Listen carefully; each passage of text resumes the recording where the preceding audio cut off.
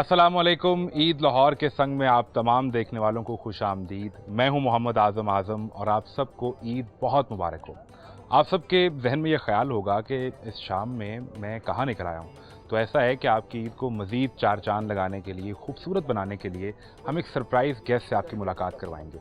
लेकिन प्रोग्राम में मैं अकेला नहीं हूँ, मेरे साथ मेरी को होस्ट भी मौजूद हैं। इरब नाज, और मेरी तरफ से भी आप सबको ईद की बहुत बहुत मुबारकबाद। रात के पहर में जैसे ही कुर्बानी हो चुकी है और चटपटे खाने भी लोग खा चुके हैं, बिल्कुल, और अब फैमिली में गपशप का माहौल है, तो इसमें एक तड़का जो है बिल्कुल, और म्यूजिक का तड़का, तो चाहे वो कवाली की सूरत में हो या फिर इनकी मुलाकात करवाएं। बिल्कुल करवानी चाहिए। ऐसा स्टार जो सिर्फ पाकिस्तान नहीं, दुनिया उन्हें जानती है, और दुनिया उन्हें प्रिंस ऑफ कवाल के नाम से भी जानती है। नाम हम आपको नहीं बताएंगे, और अचानक छापा घर के बाहर ही मौजूद है, और वो हैं भी या नहीं, ईद का दिन है, बिल्कुल। तो हम किस्मत आजमाते हैं। आप भी हमारे साथ रहें, आप घंटी बजाएं और देखें कि वो आते हैं और क्या कहते हैं। मुझे बचपन भी याद आ गया, अक्सर घंटी बजा के भागते थे।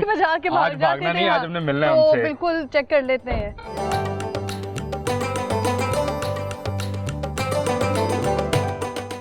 ये हैं आज के मेहमान। अस्सलाम वालेकुम, क्या हाल है आपका? ईद मुबारक आपको। आसिफ अली संतू खान साहब, ईद मुबारक। खैर मुबारक आपको, बहुत ईद मुबारक। बहुत शुक्रिया। बेटा मेरा शाहजलाल संतू। हमने अचानक वैसे छापा मारा है, लेकिन हमारी खुशकिस्मती कि आप ईद के दिन घर पे मिल गए। Thank you. तो कुछ गुफ्तगू आपसे करें, आपकी ईद का अहवाल जान लें, क्या ख्याल है? Most welcome. तो चलते हैं फिर। Thank you.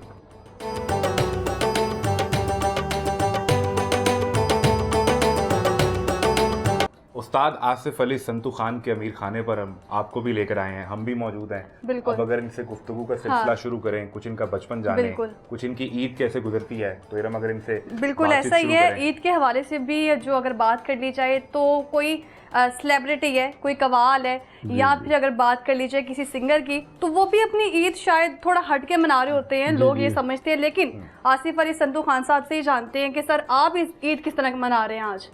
हाँ, ये हम बेसिकल ईद तो वो होती है जो माँ बाप के साथ होती है, तो अब वो नहीं रहे, तो उन जैसी ईद तो नहीं होती जो उनकी मौजूदगी में थी, पर ईद है वो मिस, यानी आज के दिन आप मिस कर रहे हैं। बहुत मिस कर रहे हैं, दोनों को, वालिदा और वालिद को।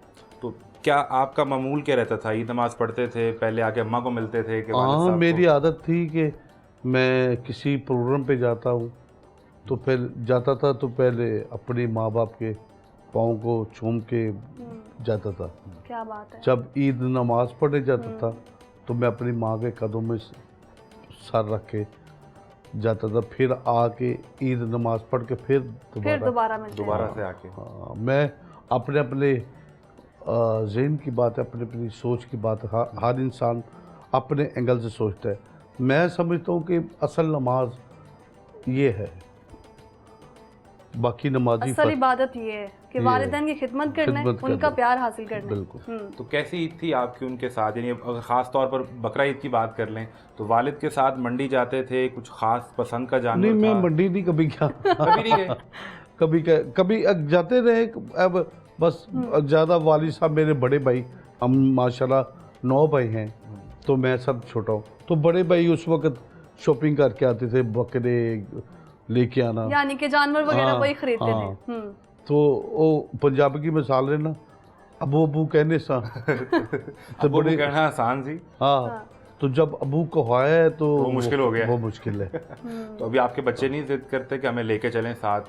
अभी क्या मामूलत है, खुद सेलेक्ट करते हैं या आपकी टीम है जो आपके नहीं, मेरा बेटा बड़ा शौकीन है, शाहजलाल संतू। अच्छा। तो वो बड़ा शौकीन है मौसीकी का भी, और पढ़ाई में बहुत लायक है, तो अभी मिलाऊंगा आपसे जी। तो ऊपर से वो उसको जानवरों का बड़ा शौक है। वो मुझे रोज़ कहते हैं कि डैडी ईद आने वाली, मैं क्या अच्छा ले आते हैं, फिर लेके आए जी उनके लिए। या खुद गए थे फिर आप? हाँ, मैं जानवर के लिए। वैसे आपने कहा कि आप जाते नहीं है, लेकिन बेटे की मोहब्बत जो है वो ले गई। बिल्कुल बिल्कुल। तो क्या ज़्यादा पसंद करते हैं आप? बकरे की कुर्बानी ज़्यादा होती है, आप क्या गाय आती है कि ऊँट की कुर्बानी करते हैं? कुर्बानी है बेसिकल, मैंने पहले अर्ज किया है कि इंसान की अपनी सोच की बात है जी। कुर्बानी है अपने नफ्स की, असल कुर्बानी तो ये है। तो ये तो एक अल्लाह एक कानून और एक सुन्नत है जो हम पूरी करते हैं। असल जो कुर्बानी अपने नफ्स की है कि रिश्तों की पहचान होनी चाहिए, तो फिर कुर्बानी है। ये नहीं कि माँ बाप नाराज़ हैं, बहन भाई नाराज़ हैं तो आप कुर्बानियाँ कर रहे हैं। नहीं, मैं समझता हूँ पहले वो राज़ी हैं तो फिर कुर्बानी है। तो माँ बाप के रिश्ते की बात की, बहन भाई उनके रिश्ते की भी आप बात कर रहे हैं। अल्लाह का शुक्र है, राज़ी रखना है तो बड़ा फिर भी अल्लाह का करम है। मैं सबसे छोटा हूँ पर मेरे पास सीट बहुत बड़ी है जी। मैं जिस सीट पे बैठा हूँ वो मेरे वाले साहब की, मेरे दादा की, मेरे परदादा की, हमारे जो ख़ानदान की एक रवायत है, वो उस हिसाब से मैं उनसे छोटा हूँ सबसे। ये उनकी मेहरबानी है मेरे बहन भाइयों की कि वो मुझे वालिद साहब की सीट पे, मेरे वालिद साहब की जगह पे समझते हैं। कोई फैसला होता है, कोई घर में इस तरह के कोई मामलात होते थे, वो तो सब आप लीड कर रहे होते हैं, सब मेरे पास आते हैं। तो मैं समझता हूँ ये अल्लाह का खास करम, बहुत बड़ी जिम्मेदारी भी है। बहुत बड़ी जिम्मेदारी। जब मेरे माँ बाबा जिंदा थे तो वो कहते थे इस घर का मालिक तू है, तुमको दिया अल्लाह ने ये सीट, इसको बाखूबी निभाना। तो बस वही बात मेरे ज़हन में रहती हर वक्त, तो कि मेरे माँ बाप ने मुझे ये तकीद की कि बेटा पे फिर बहन भाइयों को इकट्ठा करते हैं। हाँ जी बिल्कुल। ईद तो मेरे घर तो रोज़ ईद होती है, अल्लाह का शुक्र है कि बड़ा अल्लाह का ख़ास करम है, पंचतपा का सदका है, मेरे पीर व मुर्शिद का दुआएं हैं कि बड़ा करम है कि अल्लाह का शुक्र है 40-50 लोग रोज़ मेरे घर रहते हैं, मेरी पार्टी के लोग आते हैं। तो फिर ऊपर स्टूडियो बन रहा है, स्टूडियो माशाल्लाह अल्लाह का करम है कि ये मजमा मैं समझता हूँ कि ये अल्लाह का करम है। मेरी इसमें कोई वो कहते हैं ना, बड़ा बोल नहीं बोलना चाहिए, कोई काविश नहीं है, वो ये अल्लाह का करम। दस्तरखान आपका वसी है, अल्लाह का करम। तो खुद खाने में क्या पसंद है, या ईद के मौके पे आप फरमाइश करते हैं बेगम से, या खाते भी हैं या खुद बनाते भी हैं बेगम के साथ? वो शादी से पहले मुझे शौक था, तो शादी के बाद फिर जिम्मेदारियां इतनी बढ़ गई, मुझे क्रेज था पकाने का। हाँ, मैं चाय बहुत अच्छी बनाता था। अच्छा, यानी कि हम चाय पी सकते हैं आज़म? ये तो इंशाल्लाह चाय बहुत अच्छी बनाता था। फिर बाज़ कुछ खाने ऐसे थे, मैं अपनी माँ के पास बैठता था, वो मुझे सिखाती थी। तो मेरी माँ मुझे कहती तू मेरा बेटा नहीं मेरी बेटी है। मैं अपनी माँ के साथ सारा काम कराता था। क्या बात। छोटा बेटा वैसे भी माँ की बेटी होता है। तो वो मुझसे बड़ा प्यार करता थी माँ मेरी। तो उस वजह से कि मैं खाना मुझे इतना ख़ास नहीं, ख़ास तौर पर मैं कुर्बानी का गोश्त नहीं खाता हूँ। नहीं खाते? वो तो एक रस्मन खाता हूँ, बस चख लेते हैं। हाँ चख लेता हूँ, खुदा मुझसे नहीं खाया जाता। देखो या बांट देते हैं सारा। वो शुरू से एक जीन बना ना कि मेरे माँ बाप ने ये जब हमें सिखाया कि ये बेटे ये देते हैं लोगों को, रखते नहीं है घर में। अपना हिस्सा भी आप बांट देते हैं? हम अपना हिस्सा भी बांट देते हैं, खुदा। वो हिस्सा रिश्तेदारों में जाता है, बहन भाइयों में जाता है, या फिर और दोस्त यार जितने भी, कहीं देखा कि कोई इसका जो उसकी पहुंच नहीं है, उसके वसाइल नहीं थे, नहीं कर पाया, तो उसको देना भी इस तरीके से कि उसको फील ना हो, इससे नफ्स भी उसकी वो मजरूर ना हो। एक होता है कुर्बानी का गोश्त, उसको दे दिया, तो कहते हैं कि जब दो तो दाएं हाथ से दो तो बाएं को पता ना चले जी। तो ईद का रोज़ है, आसिफ अली संधू खान साहब हमारे साथ मौजूद हैं और ईद मना रहे हैं। तो आसिफ साहब, आपसे ये भी जानना चाहेंगे कि आज ईद है, लेकिन कभी ऐसा मौका आ जाए कि आप किसी स्टेज पर परफॉर्म कर रहे हैं, घर से दूर हैं, तो फिर किस तरह से वो ईद मनाते हैं? ये पिछली ईद मेरी इस तरह गुजरी कि मेरे बच्चे साउथ अफ्रीका थे, मेरी मिसेस साउथ अफ्रीकन है। अच्छा। मेरे ससुराल सारे साउथ अफ्रीकन है, तो मेरे चाचा ससुर उधर पार्लियामेंट मेंबर हैं। तो मेरे ससुर भी बड़े, अल्लाह ताला का बड़ा करम है, उनकी उधर एक बहुत बड़ी एक कम्युनिटी है जो अपनी कम्युनिटी को वो हैंडल करते हैं, पब्लिक पर्सनालिटी। हाँ जी, तो सदर हैं साबरी चिश्ती के नाम से। तो उनकी एम्बुलेंस इस तरह का सारा, मस्जिदें, मदरसे, उनके अपने हैं और अल्लाह ताला की राह में बड़ा काम करते हैं वो। तो बच्चे साउथ अफ्रीका थे और आप पाकिस्तान थे, कहीं बाय टूर तो पे मैं थे? इस टूर पे था उधर फ्रांस में। आप फ्रांस में थे? हाँ, ये पिछली जो मैंने उधर देखी। तो फिर वो फोन पे राब्ता हाँ, किया वो या फोन पे रहा महसूस क्या कर रहे थे कि ईद लग रही थी या नहीं लग रही थी? जाहिर बात है बच्चों के बगैर ही तो नहीं, ईद नहीं होती। वो एक काम की मजबूरी भी नहीं कहना चाहिए, अल्लाह का शुक्र काम है तो सब कुछ चलता लेकिन वो है। आपने कमिट चुके कर लिया होगा। और हाँ जी, वो कमिट इसलिए क्या था कि मेरे बच्चे उधर थे तो मैं यूरोप में था, तो मेरी कोशिश थी कि मैं उनको बुला लूँ उधर फ्रांस से। तो फिर मैंने पाकिस्तान था, फिर मेरी बीवी ने कहा कि मैं 2 महीने ठहर के आऊँगी, इधर गर्मी बहुत थी आपको पता है तो वो गर्मी का मौसम निकाल गए। हमारे पास वैसे डिजिटल सिस्टम होते हैं कि ईदी जो है वो ऑनलाइन ट्रांसफ़र कर दें, लेकिन आपने बताया कि घर से दूर होते हैं तो फिर बच्चे तो जिद कर रहे होंगे ना आप आएँ और हमें आके ईदी दें। हाँ जी, मैंने वो बकायदा ईदी भेजी। मेरा अल्लाह का शुक्र है मेरे ससुराल वाले वेल सेट है, पर अल्लाह का करम है कि मैं वही बात करूँ कि हर इंसान की अपनी सोच है। मैं इस सोच का मालूम कि मेरे बच्चे चाहे अपने ननियाल हैं पर मैं उनको हर महीने खर्चा भेजता था। अल्लाह का करम है, उनको कमी कोई अपनी जिम्मेदारी आप पूरी कर रहे हैं कि मेरे बच्चों को किसी के सामने ना देखना पड़े। तो ये अल्लाह का शुक्र है। हालांकि मेरे ससुर मेरी सास मुझे बड़े नाराज़ हुए कि ये क्या आप क्यों पैसे भेजो।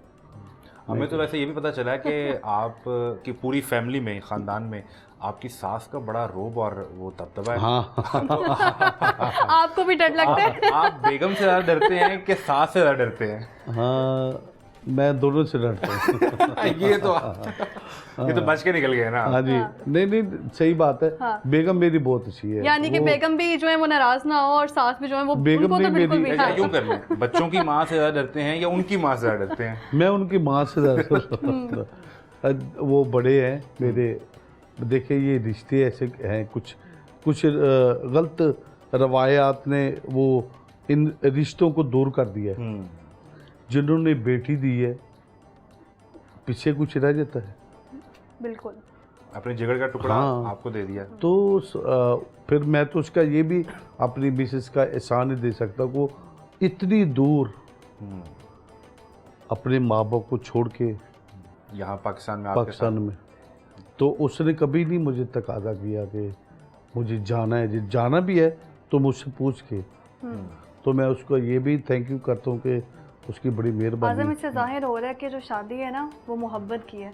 हाँ ये शादी से पहले पसंद थी या शादी के बाद आप एक दूसरे को पसंद आ गए?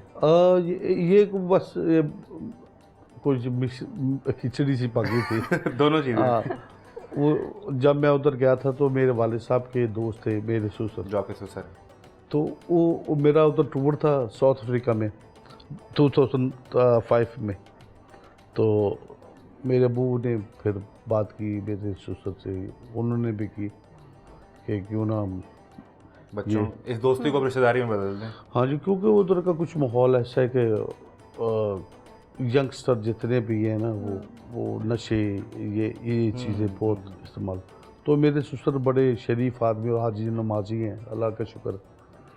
तो उन्होंने कहा यार मेरे अबू से कहा कि जी हाँ साहब मैं बड़ा डरता हूँ कि मैं बेटी का उस माहौल में किस तरह से, तो अच्छे भले घर में रिश्ता करते, बाद में पता चलता है कि लड़का ये भी करता है। तो फिर उसके बाद बात हुई, फिर मैंने भी देखा, मैं कभी इन चीज़ों में इतना तवज्जो नहीं करता। आपने वालिदैन पे छोड़ी थी ये बात कि वही देखेंगे। मेरे बहन भाइयों में सबसे लेट शादी हुई। अच्छा। आपकी? हाँ जी, क्योंकि माँ बाप ने वो लेट अपने होते हुए उसकी वजह अपनी ज़िंदगी में अपनी ये जिम्मेदारी मुझे दी थी कि सारे घर का चलाने में तो अल्लाह की ज़ात है। अल्लाह ताला ने मुझे हिम्मत दी तो मैं ये सारा काम करता हूँ। अल्लाह ताला के कर्म के अलावा बंदा कुछ नहीं करता। तो वो अल्लाह ताला ही मदद करते, अल्लाह ताला ही वो सोच देते। जब कोई नए काम करो ना, आप कोई जिम्मेदारी निभाते हैं तो फिर अल्लाह ताला ही बंदे को हिम्मत देता है। तो ये फैसला बड़ों का था, और बेगम साहिबा से मुलाकात फिर आपकी कैसी हुई, कब मुलाकात हुई? उधर ही मुलाकात हुई अच्छा, उधर ही? ना। उसमें आपने अभी चाय का जिक्र किया है, कुछ हमें पता है कि आप चाय की प्याली पे ही दिल हारे थे और आपने कहा कि अगर ये ऐसी चाय बनाती हैं तो फिर इन्हें घर लेके ओ ये मैं बात खो देता हूँ आज कोई, मैं ये पहले नहीं मैंने ये राज है ना चाय वाला। ये बात मैं अब ऑन द मैं कह रहा हूँ, पहली दफा कह रहे हैं कि मैं पहली बार कह रहा हूँ कि मेरी बीवी ने ना, मुझे भूख लगी थी बहुत, अच्छा, तो मेरा पहला शो था उधर गांधी हॉल में, ठीक है। साउथ अफ्रीका जोहान्सबर्ग में। तो पहला शो था, बड़ा बिग शो था, अल्लाह का शुक्र। शो से जब रात को फारिग हुए ना, तो मेरे बड़े भाई एक साउथ अफ्रीका में होते थे, इजाज, अच्छा। अल्लाह उनको जन्नत नसीब करे, वो भी कोरोना में उनकी डेथ हुई। तो वो भी 35 साल से उधर थे, तो मेरे ससुर से वो बहुत क्लोज थे, वो भी उधर रहते थे, वो भी उधर थे। तो उन्होंने कहा यार मेरे ससुर को, कि उस वक्त कोई नहीं ऐसी बात थी, वो बात चल रही थी, तो मैंने नहीं अपनी बीवी को ना देखा था मैंने। अच्छा। अब उधर प्रोग्राम में भी बड़ों की तो बात हो चुकी हुई थी। हाँ, तो मैंने बाखुदा नॉर्मल, मैं कि यार जैसे आम लोग होते हैं बैठे हुए प्रोग्राम सुनने के लिए आए, तो उन्होंने कहा कि मैंने कहा यार मुझे भूख लगी है। तो सच्ची बात है कि मैं घर भी आता हूँ अभी भी, तो घर रात को 2 बजे 3 बजे खाना खाता हूँ, कि मैं प्रोग्राम से पहले खाना नहीं खाता हूँ, कि मेरी शुरू से आदत है। वो प्रोग्राम ख़त्म होता मुझे इतनी भूख लगी कि मैं क्या, मुझे कुछ भी ला दो, चाहे बिस्कुट दे दो, चाहे वो हॉल में थे हम सब, तो वो मेरे ससुराल के घर के नज़दीक था हॉल। तो मेरे ससुर ने कहा यार इस वक्त तो रात के 2 बज गए, कहाँ से चलो घर चलते हैं। हाँ। तो मेरी वाइफ ने ना आलू कीमा बनाया, मटर कीमा। मटर कीमा? हाँ, मटर कीमा मटन का बनाया जी। होता। तो ये पहले चले कर वो उसने फ़ोन किया कि जी तुम खाना बनाओ, खाना तैयार, उन्होंने कहा खाना बनाए, तो उसने कहा हाँ सबको बहुत भूख लगी है, तो अच्छा, सब हम इधर आ रहे हैं, हम चले गए। तो मैं सच्ची बात है खाना खाने गया था मुझे पता होता है खाने के बाद ये हो जाए तो मैं शायद ना जाता जी। तो वो खाना खाने गए हैं, बस खाना खाने के मैं यानी आप वो टिपिकल मर्द हैं जिसका खाना दिल का खाते रास्ता जो है। पेट से होकर निकला है। वो जी वो उधर गए, खाना खाया, वो खाना इतना लजीज था बाखुदा कि मैंने चाहे अपना मैं दिल हार दिया। कम खाता हूँ पर अच्छा खाता हूँ, अच्छा खाता। और मेरी खुराक भी देसी मुर्गा शोरबा इस तरह की है। कीमा आपको पसंद आ गया? वो उसने बनाया, मैं कही यार मैं तो समझता कि इधर खाने बस ऐसे ही गुजारा ही मिलेगा। तो उसने बनाया जी, ऊपर से चाय दूध पत्ती, मैं तो फिदा हो गया, मैं कही यार ये तो कमाल है। आपने कहा कि सारी उम्र अब यही खाना खाना है और ये चाय पीनी है। ये बात भी पता चला कि ये मेरी वाइफ ने बनाया। अच्छा, उस वक्त नहीं आपको पता? मुझे नहीं पता, मैंने तारीफ की जब खाना खा लिया, चाय आ गई, मैंने ससुर को कहा, मैं क्या उस वक्त तो प्रमोट थे, मैं क्या ऐसा भी खाना क्या बात है। और सच्चे दिल से मैंने कहा, मैं कि यार माशाल्लाह जज़ाकल्लाह कि आप आपने खाना खिलाया और ये बहुत अच्छा बना है खाना, चाय भी कहती जी मेरी बेटी ने बनाया। उसने मेरी वाइफ को आवाज़ दी उन्होंने, तो वो मेरी वाइफ आई, वो स्कार्फ पहना हुआ था, बड़े इस्लामिक उनका माहौल है। उन्होंने बस फिर वो पाकिस्तान आप शादी होगी उसके बस वो मैं उन्होंने कहा जी, मैं कहा जी माशाल्लाह बाप ने खाना बहुत है, तो उसको उर्दू समझ नहीं आती थी। अच्छा। उसके ऊपर से गुजर गई, उसने बात थैंक यू वो चले गए। उसके बाद ना उसी दिन उसके दूसरे दिन मेरे अब्बू ने और मेरे ससुर ने बात को इस शादी की तरफ, हाँ मेरे अब्बू ने मुझसे बात की कि ऐसे ऐसे, कि जैसे आपकी मर्जी। खाना तो मैं खा ही चुका हूँ। खाना तो मैंने खा लिया है, पर उन्होंने किया मैं कही जैसे आपकी बार। फिर शादी मंगनी करने के लिए गए, फिर मैं अपनी वालदा को ले गया साथ, तो वालदा भी इसमें इतनी मेरी खुश नहीं थी, नहीं खुश थी। हाँ, तो मैं जब मेरी वालदा को देखा, मैं कहा जी तुम अब्बू ने तो मेरे खुश है मेरी वालदा खुश। हाँ। आप दरम्यान में फंस और जब अब्बू अम्मी के सामने है तो अब्बू वो फौरी अम्मी की साइड ले ली कि इसने मुझे हाँ बिल्कुल ठीक है। क्योंकि एक मेरे भाई की शादी साउथ अफ्रीका हुई थी पहले, अच्छा। जो फौत हो गए, मैं ठीक बताया ना। है। तो उनकी शादी की वजह से ना वो मेरी माँ बहुत परेशान रहती थी। अच्छी नहीं चल सकी। मेरा ना वो शादी की अच्छी भी नहीं, ये बात नहीं, वो दूर था ना भाई। तो माँ के लिए तो सारे बेटे एक जैसे होते। तो मेरी माँ कहती थी पंजाबी में, मेरा पुत्र परदेसी हो गया, उत्थे रहिंदा है, ते अम्मी रोते थे।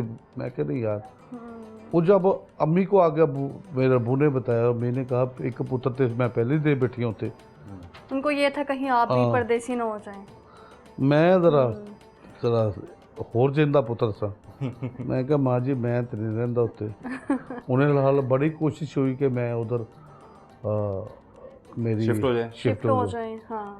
पर मैं अल्लाह का शुक्र है, अल्लाह का करम है, मेरे मुर्शिद पाक की दुआएं के उनको इधर आए, मैं नहीं। फिर बेगम को तो यहाँ ले आया। जो ज़बान का फर्क था, मैं भी, मेरे भी जहन में यही था कि जब वो थैंक यू कह रही थी वो फिर जब मंगनी हुई उस दौरान फिर मेरी बात हाँ, तो फिर उनको उर्दू के साथ उसने फिर उधर वो दी, क्लासेस ली। हाँ क्लासेस दी उसने उर्दू की।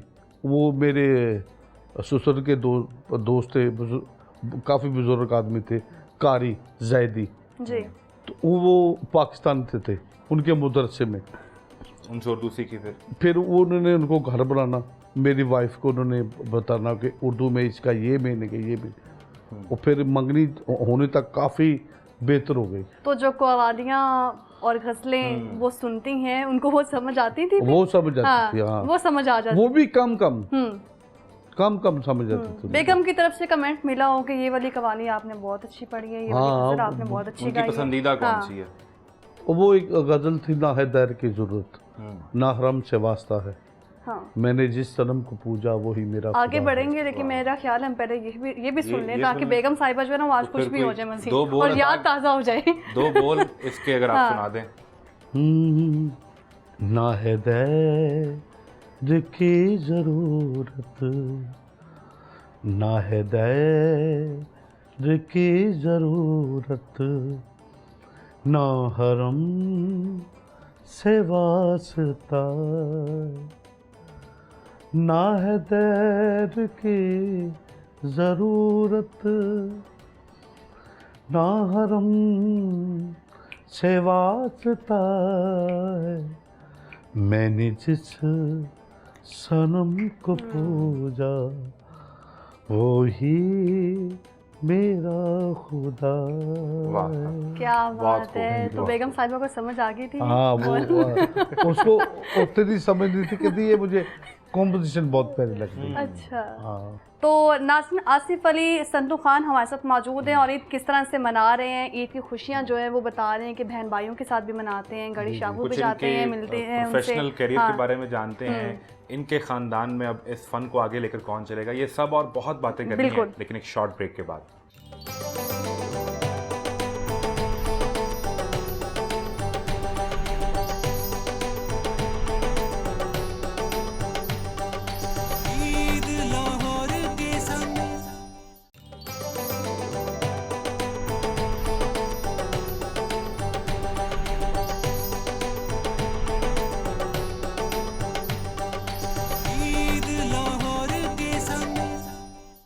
ये बताएं कि आपका जो ख़ानदान है ये तो आपके वालिद, दादा, परदादा, एक बहुत लंबी तारीख है। जी। रेडियो पाकिस्तान की पहली कवाली की आवाज़ आपके दादा थे, मेरे दादा जी, जिनका नाम फिर आपके नाम के साथ चला। जी। और इसके अलावा आप खुद बताते खुद उस्ताद नुसरत फ़तेह अली खान के शागिर्द भी रहे। जी, मैं खान साहब का मेरी खुशनसीबी है कि मैं उन ऐसी हस्ती के मैं शागिर्दी में रहा हूँ 9 साल। मैंने 9 साल का। हाँ, मैं 9 साल पूरे 9 साल उनसे सीखा हूँ। तो ये एक तो इतना बड़ा ख़ानदान आपका था, फिर उस्ताद नुसरत फ़तेह अली खान की शागिर्दी भी थी। आपने जब शुरू की कवाली तो आपको क्या महसूस हुआ कि ये अल्लाह की अता है, ये फ़न आपको दिया गया है, ये सीखना पड़ा आपको? ये कुछ चीज़ें होती है गॉड गिफ्ट। ठीक है। मुझे, मैं ये अल्लाह के शुक्र करता हूँ, ये मुझे कुछ गॉड गिफ्ट भी था, तो कुछ मुझे जो था सीखना जो था ना, मेरा शौक़ था। शौक भी था। हाँ, कि मेरे बचपन से मुझे लगाव था खान साहब से, तो बचपन से मुझे शौक था कि वो उनसे सीखूं मैं। उस्ताद नुसरत अली खान साहब से। जी जी बिल्कुल बिल्कुल। तो उनकी कौन सी कवाली जिसको सुनकर आपको लगा कि ये मुझे इन जैसा बनना है या इनसे सीखना है? ये कवालियाँ तो खान साहब की मुझे बहुत पसंद है। जो कोई कवाली ऐसी मैं कह नहीं सकता, कोई भी कह नहीं सकता कि ये कवाली कम पसंद है। कम पसंद है। वो उन्होंने काम ही ऐसा किया है कि वो जो भी उन्होंने गाया है वो अमर हो गया। अमर हो गया, बिल्कुल अमर हो गया। वो गज़ल चाहे कवाली है, चाहे गीत है, चाहे क्लासिकल। और उस्ताद नुसरत फ़तेह अली खान साहब की जो कवाली हैं उनमें से कवाली जो कि मुझे भी पसंद है और आपने भी उसको जो है वो गाया है, काली काली जुल्फों के। जी जी हाँ, जी, जी तो वो बहुत ही खूबसूरत, मैंने आपकी भी कई जी। बार सुनी है वो कवाली, नुसरत साहब की भी आजम सुनी है जी, कवाली, जी। तो बार बार दिल करता है कि उसको जो है ना हम सुनते जी रहें। जी बिल्कुल बिल्कुल बिल्कुल। तो ये बताएं कि जब उस्ताद नुसरत फ़तेह अली खान ने आपको कलाम पढ़ते सुना, जी, जी। आप दाता की नगरी में वहाँ हाँ, दाता कलाम पढ़ रहे गरीब नवाज के कदमों में वो बड़ी एक यादगार मेरी एक यादगार मेरी हाजिर थी कि मुझे बड़ी खुश नसीबी के एक तो दादा साहब गरीब नवाज का उर्स पाक था, जी। फिर उसके मौके पे खान साहब नुसरत फ़तेह अली खान तो मेरे उस्ताद भी थे और दादा साहब गरीब नवाज की भी उर्स का मौका था। तो मुझे ये बड़ा एजाज़ है मेरे लिए कि खान साहब ने मेरी कवाली सुनी है। उन्होंने सुनी और फिर एक मौका तो वो भी आया कि वो आपके ऊपर पैसे हाँ फेंक रहे थे। वो बालकनी है, तो वो होटल था पायलट होटल, अच्छा, तो उसकी बालकनी थे ऐसी, वो थी स्टोरी था, ठीक है। तो उस अंदर बालकनी, तो खान साहब थे दूसरे फ्लोर पे, तो जब मैं बैठा ना स्टेज पे तो खान साहब बालकनी पे खड़े हो गए।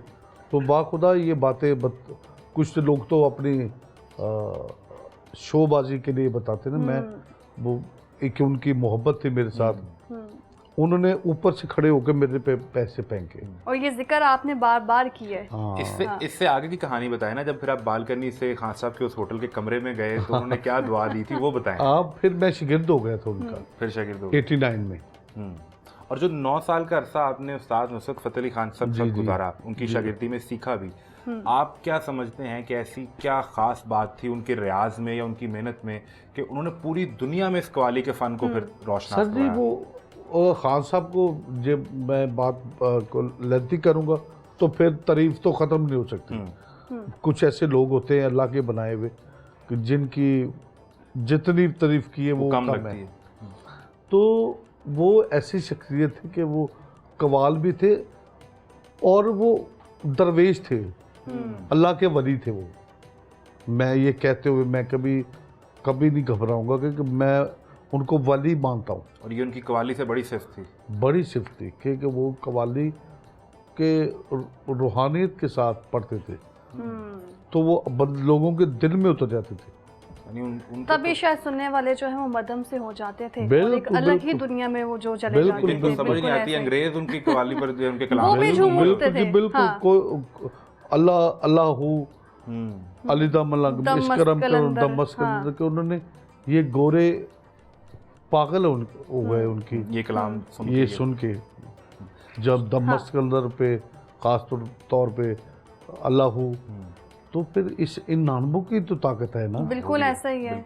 ये भी तो देखे ना कि वो सिर्फ गा नहीं रहे, वो गाने वाला कौन है, तो पढ़ने वाला भी तो वो कितनी अकीदत से पढ़ रहा है उसको, वो कितनी अकीदत से। तो शागिर्दी में डांट भी पड़ती थी। हाँ बेसिकल खान साहब डांटते भी थे, अल्लाह की कसम बाखुदा अल्लाह उनको जन्नत नसीब करे, उन्होंने मुझसे बहुत प्यार किया।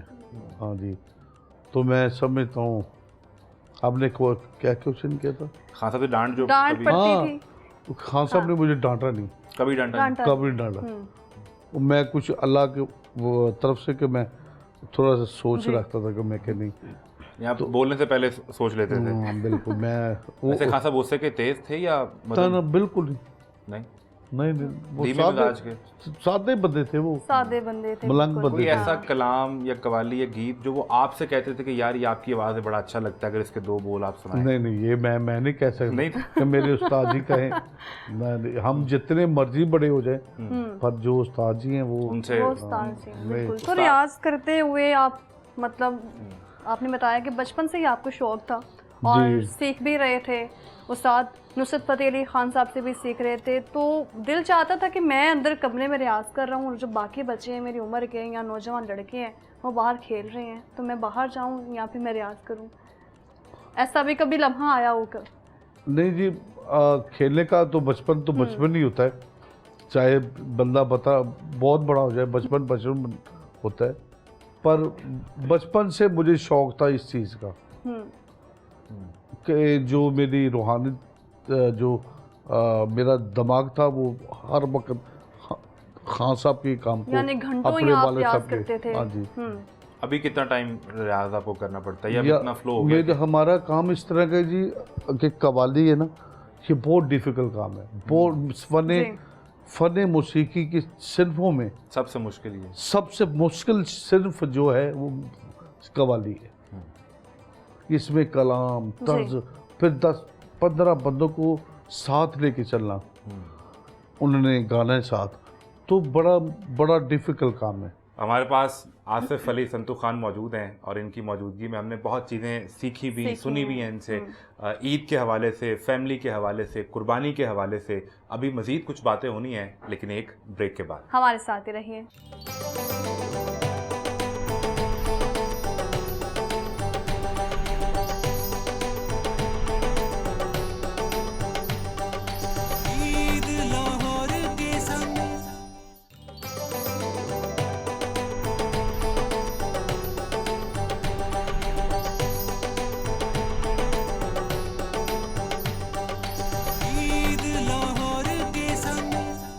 आसिफ अली संतू साहब, ये भी बता दें कि आप लाइव परफॉर्मेंस की बात कर रहे हैं और डर लगता था कि लाइव परफॉर्म करना है, किस तरह से करूँगा?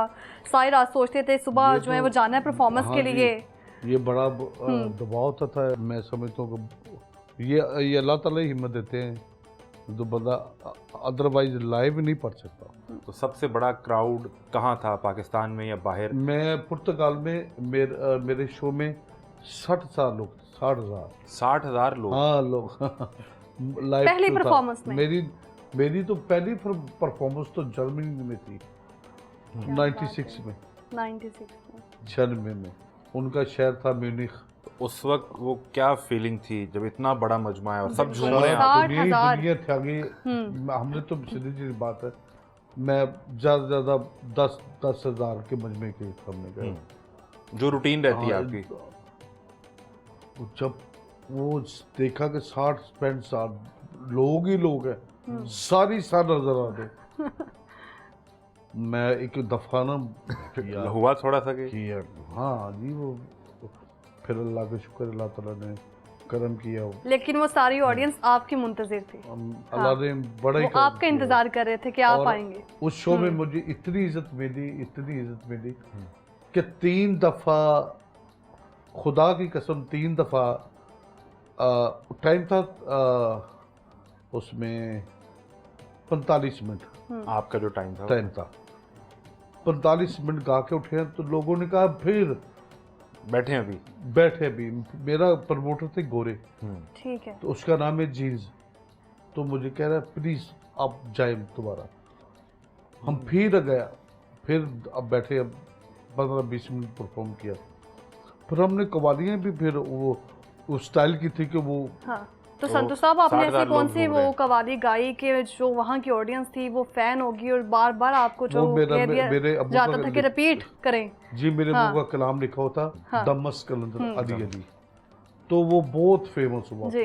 वो फिर हमने गाया, फिर उठे, फिर बैठे, फिर दोबारा बैठे, फिर 3 मरतबा। वैसे आपको प्रिंस ऑफ कवाली भी जी कहा जाता है, तो वो क्या कैसे नाम पड़ा, या किसने खिताब दिया? जर्मनी में हमने परफॉर्म किया था, तो उनके कल्चर मिनिस्टर थे उधर बैठे, तो हम जब शो के लिए जाते तो उधर ड्रेसिंग होती है पूरी पार्टी की में, तो मेरा ड्रेस था बड़ा खूबसूरत, प्रिंस कोट था ब्लैक कलर का, ठीक है, तो बड़ी उसके ऊपर बड़ा कीमती था।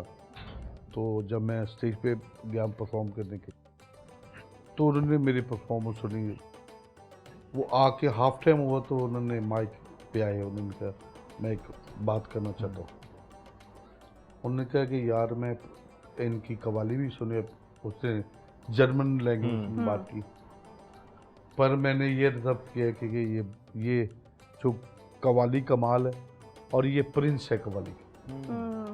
तो जर्मनी के कल्चरल मिनिस्टर ने आपको मुझे जो उन्होंने ये खिताब दिया, प्रिंस ऑफ कवाली। हाँ जी, कवाली का। तो आप क्या देखते हैं कि प्रिंस ऑफ कवाली और इस ख़ानदान का जो ये सिलसिला है, इसे आगे लेकर आपके बच्चों में या कौन चलेगा, किस में आपको नज़र आता है कि ये आगे लेकर चलेगा? मेरा बेटा है जी मोहम्मद अली हैदर शाह अजलान संतू कवाल, और उन अब ये आपके सामने आपकी तालियों में शाह अजलान संतू साहब आए हैं। तो आपका पूरा नाम फिर से बताएं एक दफ़ा, बड़ा ख़ास है। आप बताएं। मोहम्मद अली हैदर शाह अजलान संतू कवाल। आपको भी कवाली का शौक़ है या आप पढ़ते हैं, क्या करते हैं आप? मुझे कवाली भी शौक है और स्कूल में भी। पढ़ाई में भी अच्छे हैं? पढ़ाई में भी अच्छे हैं। किस स्टैंडर्ड में? In grade 4।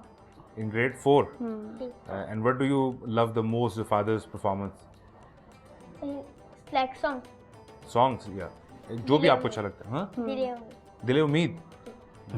उनको भी दिले उम्मीद और बहुत सारे जो नाज़रीन हैं उनको भी यही गज़ल जो है वो हमेशा कहते हैं कि आसिफ अली संतू साहब का जो जिक्र हो और ये गज़ल सुने बिना जो है ना वो तो बिल्कुल रह जाएगा। हाँ। तो अदलान ये बताएं कि how many musical instruments you can play?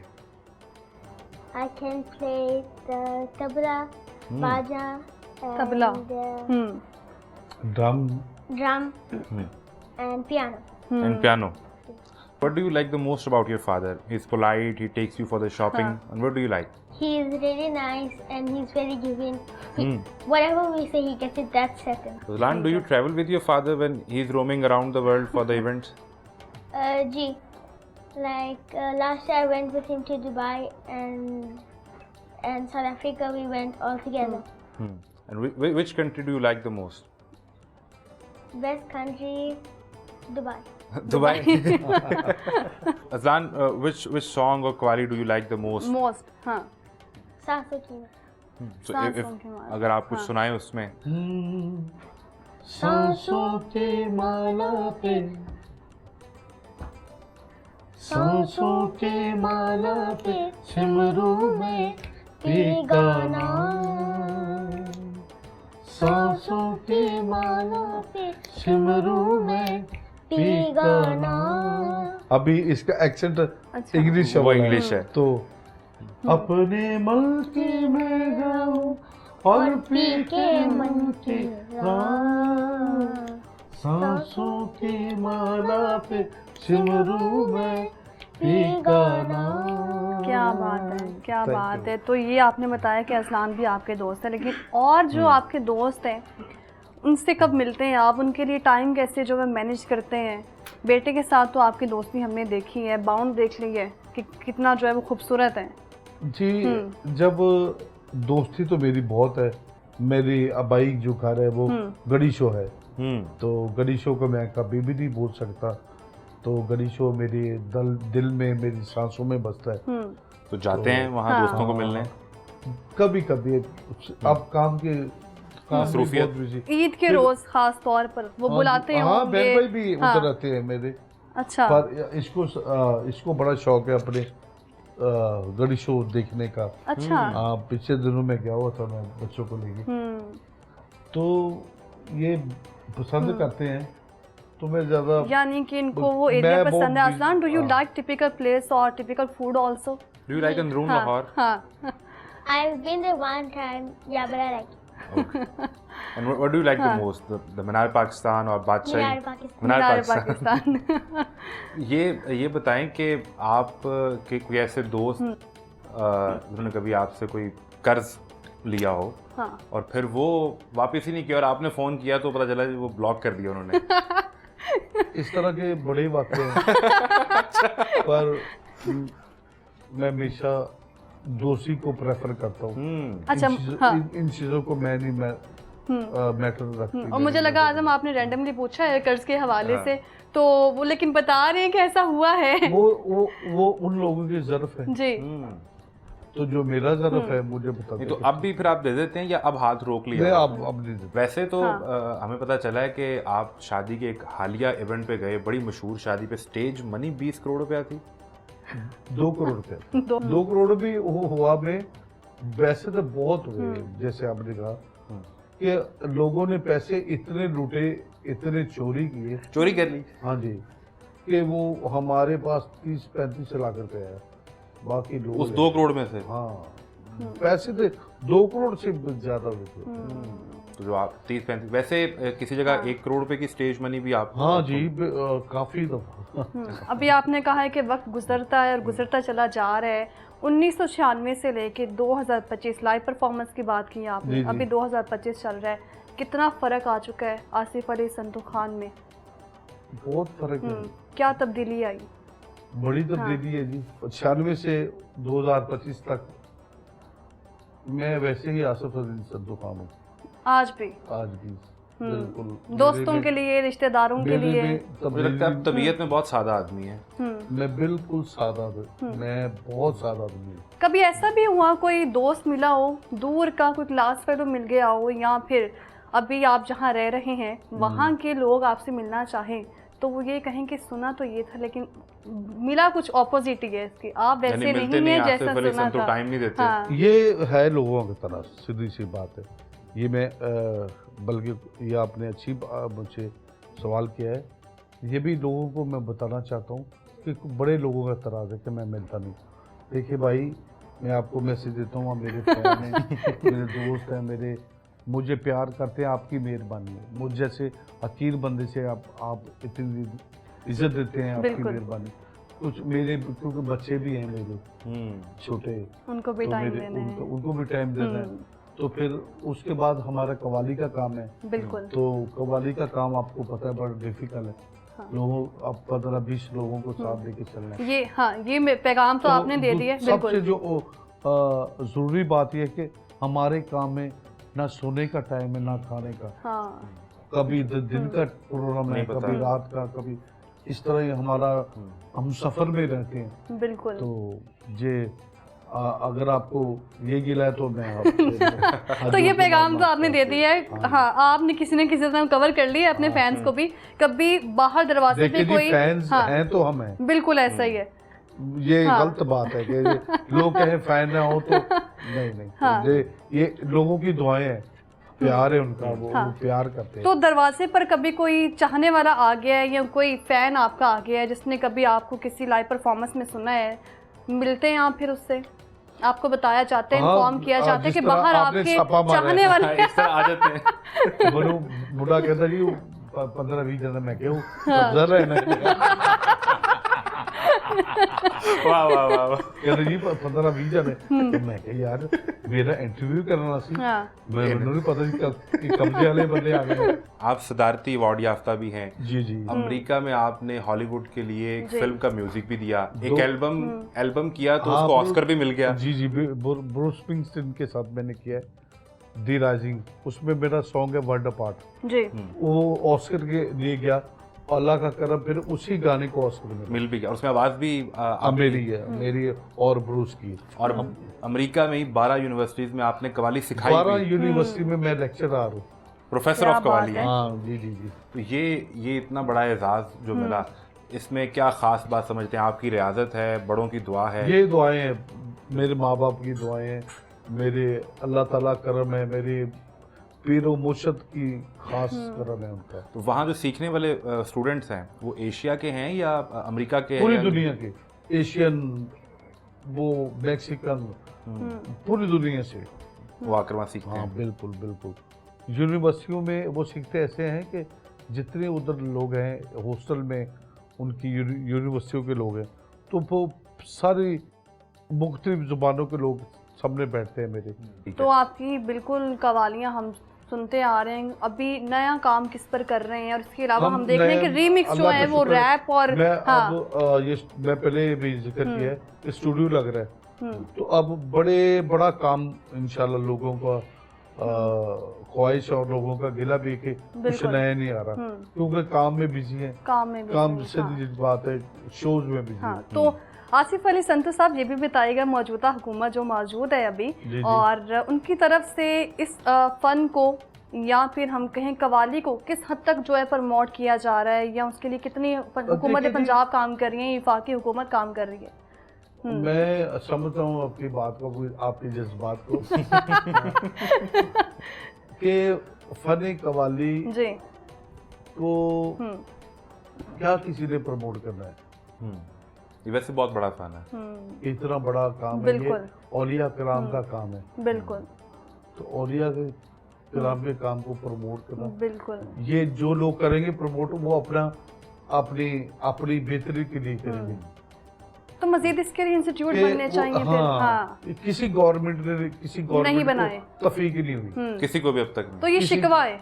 तो हाँ, आप, ये शिकवा। आप तो बनी गाला भी परफॉर्म करते रहे, प्रेसिडेंट हाउस में भी हाँ किया, जी, मैंने जाती उमरा में भी आपने परफॉर्म किया, तो ये मशवरा नहीं दिया आपने उन्हें? मुझे खान साहब ने काफी बुलाया है, मेरे बेटे को भी खान साहब ने काफी प्यार दिया और सुना भी, और मियाँ साहब ने भी। मियाँ नवाज शरीफ आपको खुद कहा कि आपका चेहरा मिलता है उनसे? हाँ जी, मेरी शक्ल मिलती है, मेरी मिलती शक्ल उनसे, उन्होंने मुझसे बात की कि यार तेरे आपकी शक्ल मुझसे मिलती है। तो ये है कि मैंने मशवरा दिया उनको, ये बात हुई कि मैंने, लोगों ने, मेरी पार्टी के लोगों ने कहा कि आप खान साहब इनसे कहे तो कोई इंस्टीट्यूट हाँ, बनाए। मैंने खान साहब से बात की, उनसे भी बात की, मुशर्रफ साहब का दौर था, उनसे बात की, जरदारी साहब से भी, बिलावल से भी, लेकिन तो कोई उनकी तरफ से जो स्टेप, शौकत अजीज साहब, वो किसी को ये मैं कहता हूँ ये किसी को हिम्मत नहीं या उनका कहना नहीं मानते उनके मिनिस्टर। उन्होंने कहा, मियाँ साहब ने हाँ बिल्कुल बनना चाहिए, लेकिन हुआ नहीं। ये सुनो खान साहब की बात। अच्छा, उन्होंने हाँ जी खान साहब बताएंगे, वो अच्छा, वो भी फाइलों में कहीं दब गया, वो भी फाइलों में दब गया। इसी तरह खान साहब ने बनी गाला पार्लियामेंट में बुलाया, 37,000 शो किए मैंने खान साहब के। अभी मैंने खान साहब के लिए टूर करते हैं अमेरिका से, शौकत खानम के लिए फंड रेजिंग की, माशाल्लाह अल्हम्दुलिल्लाह बड़ा अल्लाह ने इज्जत दी, अल्लाह ने बड़ा कामयाब, जिस कॉज के लिए गए थे वो उसमें बड़ा, वो उन लोगों के लिए गए जो कैंसर पेशेंट है। तो अल्लाह ताला ने जो हम कोशिश करते हैं वो अल्लाह ताला पे छोड़ देते हैं, अल्लाह ताला पर छोड़ देते हैं। नाम लिए हैं उमरा के हुक्मरानों के, सबसे ज्यादा फनकार की कदर कहाँ देखी है आपने?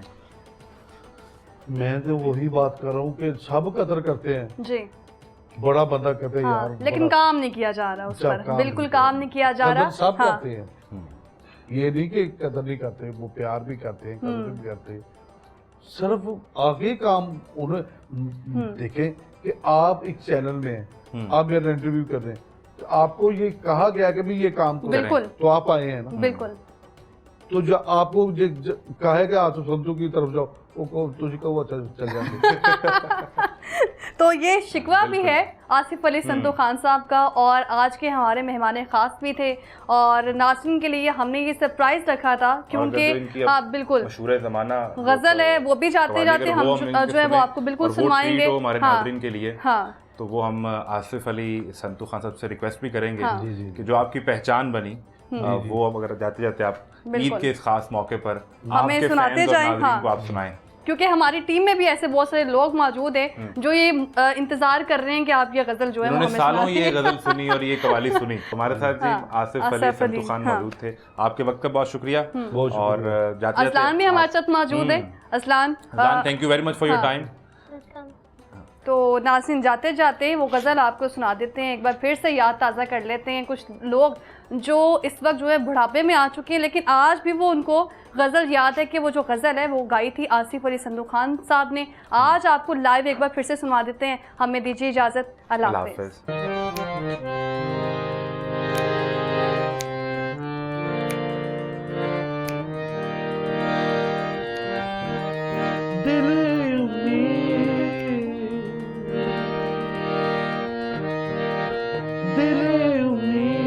तोड़ा है किसी ने, दिल उम्मीद तोड़ा है किसी ने, दिल उम्मीद तोड़ा है